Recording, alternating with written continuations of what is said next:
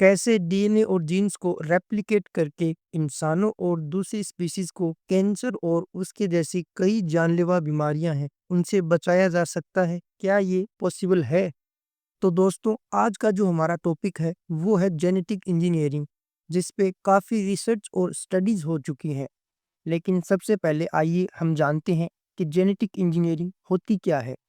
Genetic engineering, जिसे हम genetic modification या जेनेटिक मैनिपुलेशन भी कहते हैं, इसके अंदर जीन्स को स्टडी किया जाता है। ये ब्रांच फॉरेन डीएनए स्टडी से डील करती है और इसके अंदर ऐसे सिंथेटिक जीन्स बनाए जाते हैं जो कि लिविंग ऑर्गेनिज्म को रेप्लिकेट करते हैं। मतलब कि लिविंग सेल्स के डैमेज डीएनए को हेल्दी डीएनए से बदला जाता है और इसकी मदद से ह्यूमंस और अदर स्पीशीज की बहुत सी हेल्थ प्रॉब्लम को ट्रीट किया जा सकता है। जेनेटिक इंजीनियरिंग को समझने के लिए पहले आपको ये समझना होगा कि डीएनए क्या होता है या जीन्स क्या होते हैं। डीएनए डीऑक्सीराइबो न्यूक्लिक एसिड, जो कि हर लिविंग सेल के अंदर पाया जाता है, जो हमारी जेनेटिक इंफॉर्मेशन को सेव करके रखता है। और ये जो इंफॉर्मेशन है वो जीन्स के रूप में सेव रहती है, जो आगे चलकर पेरेंट्स के थ्रू बच्चों में ट्रांसफ़र होती है और जिसकी वजह से बच्चों की आँखों का कलर, उनकी हाइट, उनकी स्किन का कलर, ये सब डीएनए पे डिपेंड होता है कि वो सब कैसे होंगे। जेनेटिक इंजीनियरिंग की जो शुरुआत है वो सन 1970s में हुई, लेकिन उससे पहले 1934 में रूस के एक जेनेसिस्ट, जिनका नाम निकोले टिमोफी रेसोवस्की था, उन्होंने अपने paper the experimental production of mutation में सबसे पहले जेनेटिक इंजीनियरिंग शब्द का यूज किया था, जो कि ब्रिटिश जर्नल बायोलॉजिकल रिव्यूज के अंदर पब्लिश्ड हुआ। और इस पे सबसे पहले एक्सपेरिमेंट हुआ 1972 में एक साइंटिस्ट के द्वारा, जिनका नाम था पॉल बर्ग। उन्होंने एक मंकी वायरस SV40 के डीएनए को लैम्डा वायरस से मिलाकर एक नया डीएनए बनाया और उसके बाद 1974 में रुडोल्फ जेनिस्ट, उन्होंने एक ट्रांसजेनिक माउस बनाया। जेनेटिक इंजीनियरिंग बहुत सी फील्ड से कनेक्टेड है, जैसे एग्रीकल्चर, मेडिसिन, रिसर्च और इंडस्ट्रीज। मेडिसिन के अंदर इसका जो यूज है वो सबसे ज़्यादा जीन थेरेपी में किया जाता है।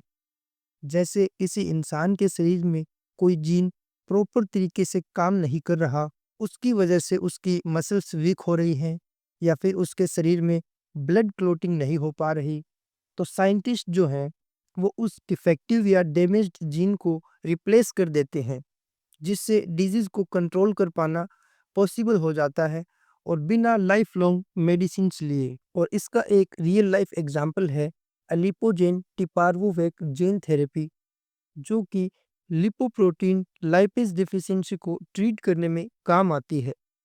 इसको यूरोपियन यूनियन की एक एजेंसी, यूरोपियन मेडिसिन एजेंसी ने 25 अक्टूबर 2012 को अप्रूव किया था। उसके बाद 2014 में नीदरलैंड के अंदर university of medicine centre Utrecht ने सबसे पहले ये ट्रीटमेंट एक पेशेंट को दिया। और दूसरा जो यूज़ है वो होता है नई मेडिसिन्स बनाने में।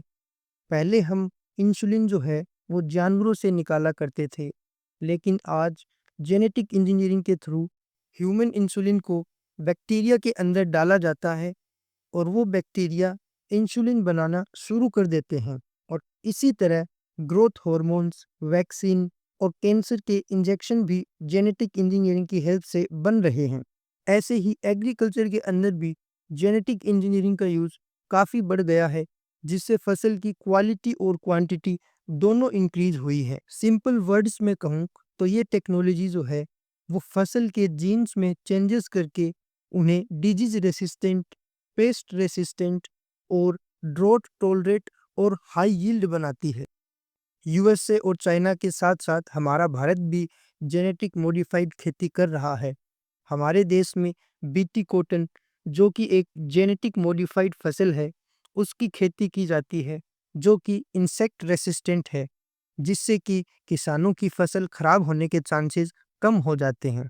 चाइना ने राइस और कॉर्न के जीन्स में एडिटिंग की ताकि वो ड्रोट और पेस्ट्स को टॉलरेट कर सकें, जिससे उनकी यील्ड जो है वो इम्प्रूव हो। जेनेटिक इंजीनियरिंग का यूज करके क्रॉप्स की न्यूट्रिशनल वैल्यू को भी बढ़ाया जा सकता है। फॉर एग्जांपल गोल्डन राइस, जिसमें विटामिन ए के लेवल को बढ़ाया गया, जो कि माल न्यूट्रिशन के बचाव में काफ़ी हेल्पफुल है। और इसके लिए कुछ टेक्नोलॉजी है जिनका यूज किया जाता है, जैसे CRISPR, TALENs, zinc finger, जिसमें सबसे ज़्यादा क्रिस्पर का यूज किया जाता है। क्रिस्पर एक ऐसी बायोटेक्नोलॉजी टेक्निक है जिसमें एक स्पेसिफिक एंजाइम होता है जिसका नाम है केस 9, जो कि डीएनए को स्पेसिफिक जगह से कट करता है और उसे मॉडिफाइड कर देता है। देखा जाए तो जेनेटिक इंजीनियरिंग ने मेडिसिन और एग्रीकल्चर में एक नया रिवॉल्यूशन क्रिएट किया है। ये सिर्फ प्रॉब्लम का एक टेम्परेरी सॉल्यूशन नहीं है, बल्कि डिजीज और क्रॉप चैलेंज को रूट से सॉल्व करने का एक टूल है।